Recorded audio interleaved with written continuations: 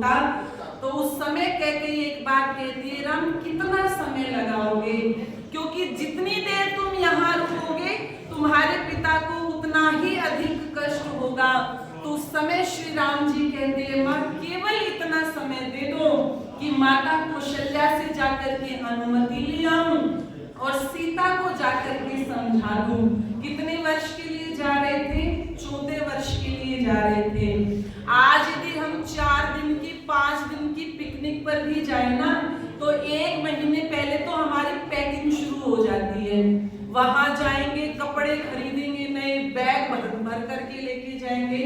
और श्री राम कह रहे हैं 14 वर्ष के लिए जो जा रहे हैं कि माँ इतना सा समय चाहिए, बस माता कौशल्या से अनुमति ले लूं और बस सीता को समझा दूं, पिताजी को मैं कष्ट नहीं होने दूंगा। उस समय दशरथ ये बात कहते हैं, राम तू मुझे जेल के अंदर डाल दे, मेरे कारण मैं वचनों में बंधा हुआ हूं। मैंने जो 2 वचन दिए थे वो आज इस रूप में कैकेयी मांगेगी, मुझे कभी पता नहीं था।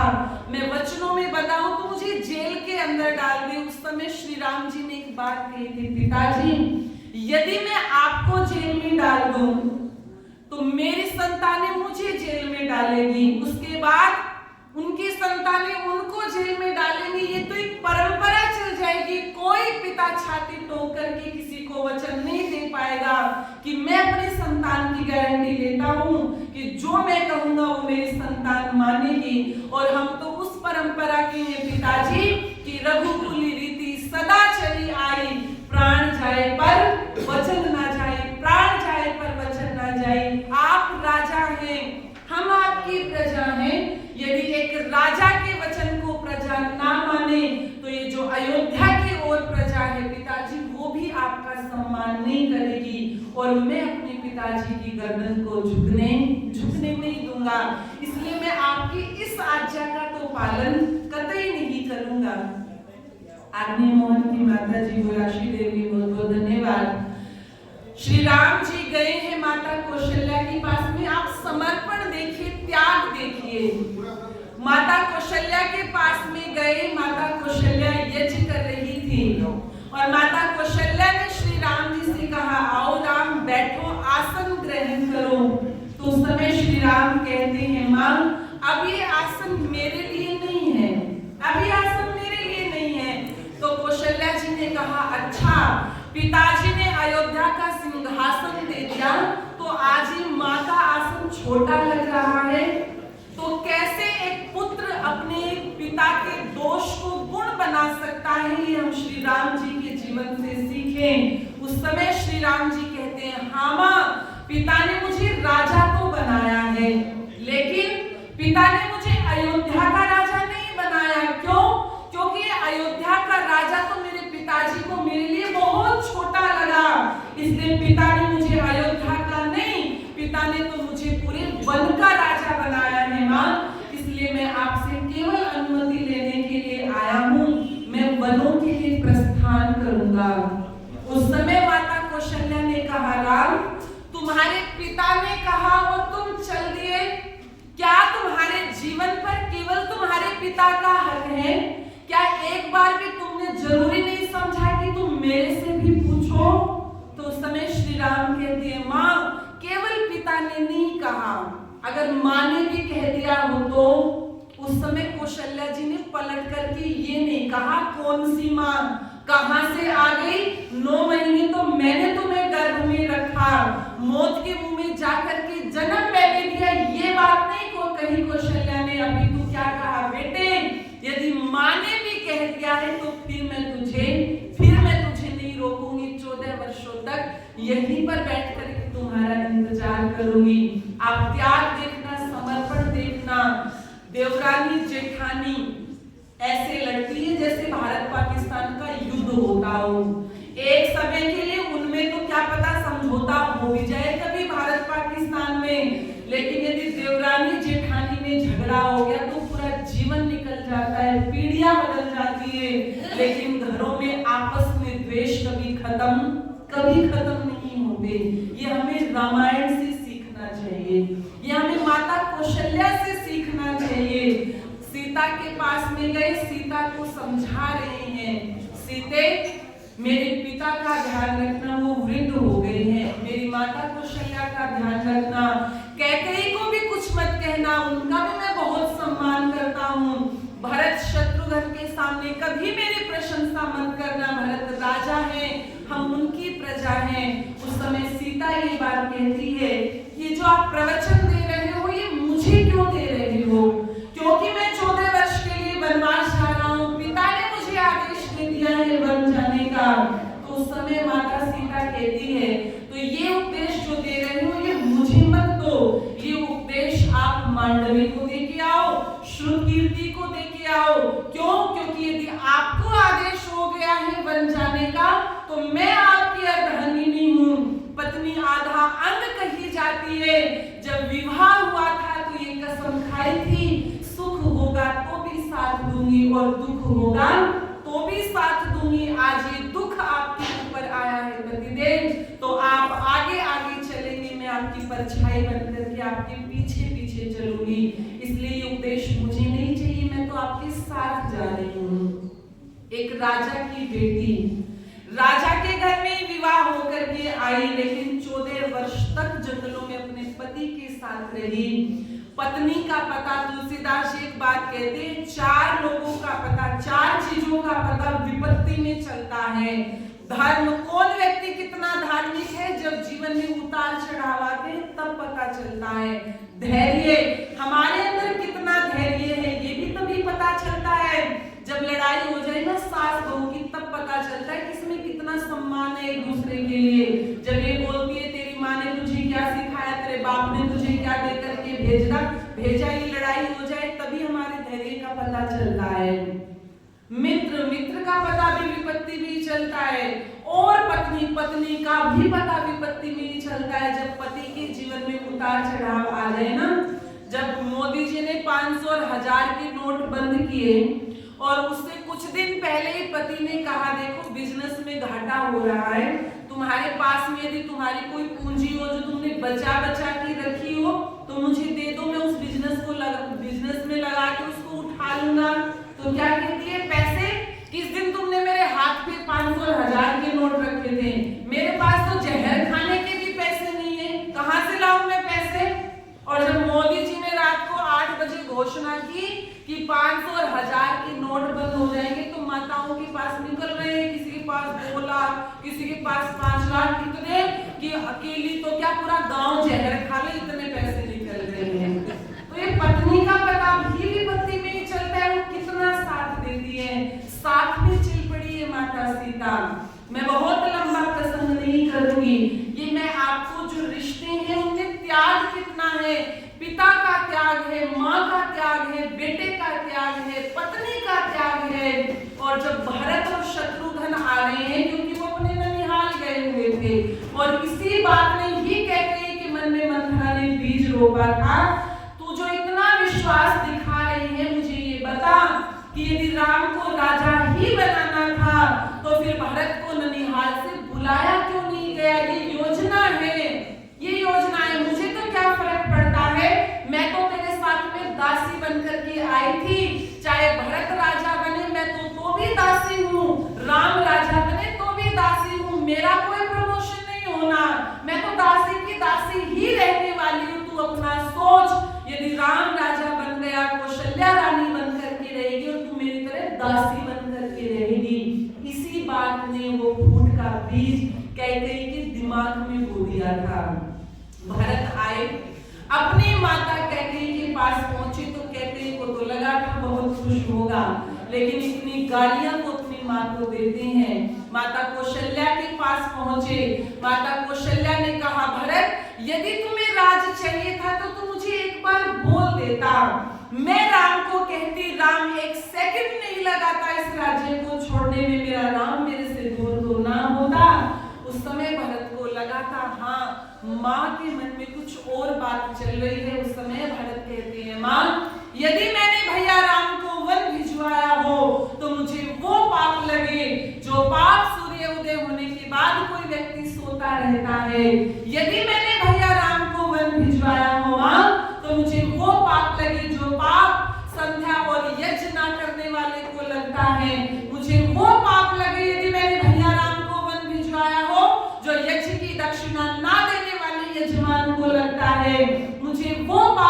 माँ यदि मैंने भैया राम को वन भिजवाया हो, जो एक गाय लेटी हुई और उसे लात मारने वाले को लगता है माँ ऐसे अनेकों कस्में भरत खाते हैं माँ, मैंने भैया राम को वन नहीं भिजवाया। तो उस समय कौशल्या ने भरत को गले से लगा लिया था, पुत्र मुझे विश्वास हो गया कि इसमें तुम्हारा कोई भी रोल नहीं है। और उस समय भरत ने सुमंत से कहा कि मैं भाई को लेने के लिए जाऊंगा, पूरी सेना तैयार करो, हाथी घोड़े तैयार करो। और भरत चल पड़े। कहाँ पे?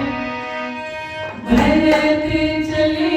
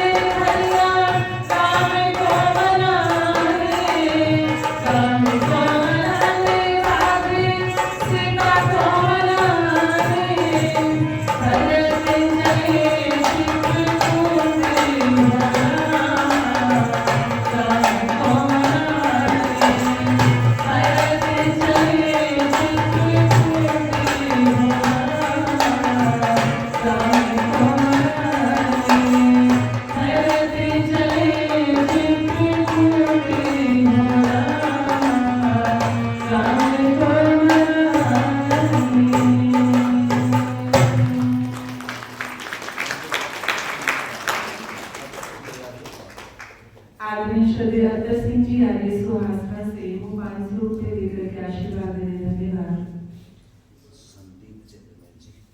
आदरणीय श्रद्धेय संदीप चेयरमैन जी वो भी 200 रुपये की राशि दे रहे हैं, बहुत बहुत धन्यवाद। भारत चले चित्रकूट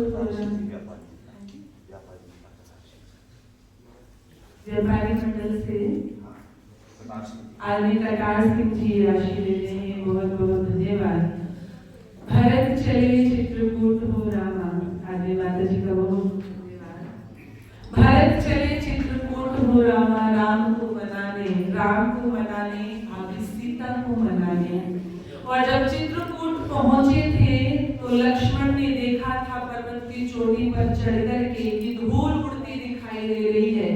उस समय भरत के लिए कहा था भैया राम को देखो वो आ गया है कैकेयी का बेटा भरत, उसे केवल अयोध्या का राज लेने से प्रसन्नता नहीं हुई, वो अब हमें मारने के लिए भी आ गया है। क्योंकि लक्ष्मण थोड़े क्रोधी स्वभाव के थे।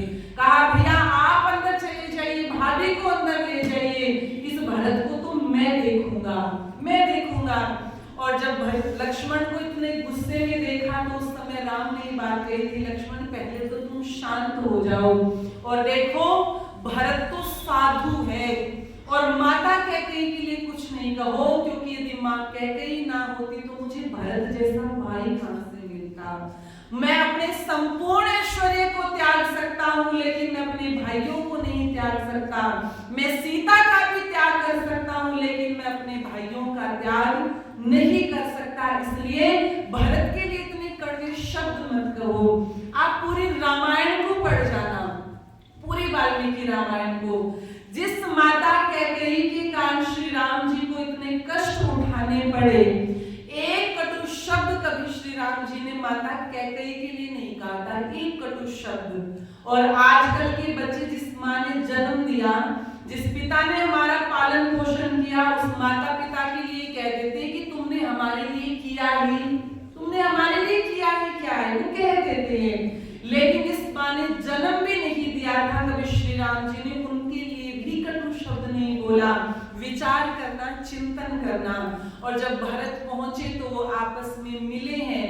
भरत एक ही बात कह रहा है, भैया मैं आपको लेने के लिए आया हूँ। श्री राम जी कहते हैं भरत 14 वर्ष के लिए तुम्हें नहीं जा सकता।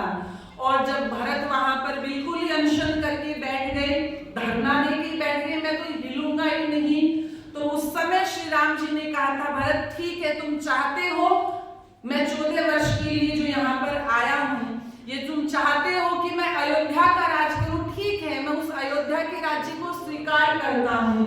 भरत बहुत खुश हुए कि हाँ अभी भाई मेरे साथ चल पड़ेगा। लेकिन उस समय श्री राम जी ने कहा ठीक है भरत, मैं इस राज्य को पुनः स्वीकार करता हूँ, लेकिन उस राजगद्दी पर तो मैं 14 वर्ष के बाद ही बैठूंगा। पिताजी ने जो कहा है उसका पालन करने के बाद ही जाऊंगा, इसलिए 14 वर्ष के लिए मैं तुम्हें वो राज्य संभालने के लिए देता हूँ, तुम उसकी देखभाल करना, उस राज्य को चलाना। भरत को लगा कि हाँ बड़ा भाई तो मेरे साथ में खेल गया, मेरी बात भी मान ली और अपनी बात भी मनवा ली। उस समय भरत ने कहा था ठीक है भैया, आप 14 वर्ष का समय मांग रहे हो, मैं आपको 14 वर्ष देता हूँ, लेकिन यदि 14 वर्ष से एक दिन भी अधिक हुआ तो आप अयोध्या के अंदर सबको देखोगे, लेकिन आपको भरत दिखाई नहीं देगा। ये भरत अपने आप को जलती चिता में अपने आप का अंतिम संस्कार कर लेगा। और जाते जाते कहा कि मुझे आपकी ये चरण पादुकाएं दे दो। उन खड़ाओं को लेकर के भरत कैसे चले? हाथ में लेकर के नहीं चले, अपने सर के ऊपर रख करके चले। राम भक्त ले चला रे राम की निशानी, सर पे खड़ा है आंखों में पानी, आंखों में पानी। ये अकेला उदाहरण है इतिहास का। आज हम वर्तमान समय में देखते हैं एक एक फुट के लिए भाई भाई कोर्ट में आमने सामने खड़े हैं, जमीन के लिए भाई भाई को मार रहा है, गोलियां चल रही है, चाकू चल रहे हैं, प्राणों तक को ले रहे हैं जमीन के छोटे छोटे टुकड़ों के लिए। ये इतिहास का वो उदाहरण है जहां पर चक्रवर्ती साम्राज्य को दोनों भाई ऐसे ठोकर मार रहे हैं जैसे बच्चे फुटबॉल को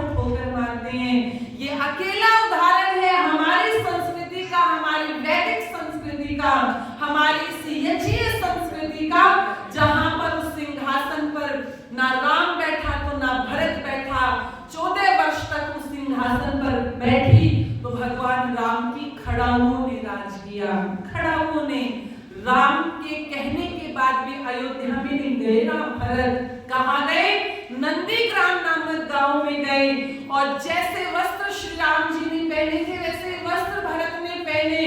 जैसे कंदमूल फल, राम फलों को तोड़ करके नहीं खाते थे, जो फल पकड़ के धरती पर गिर जाता था राम उन फलों को खाते थे।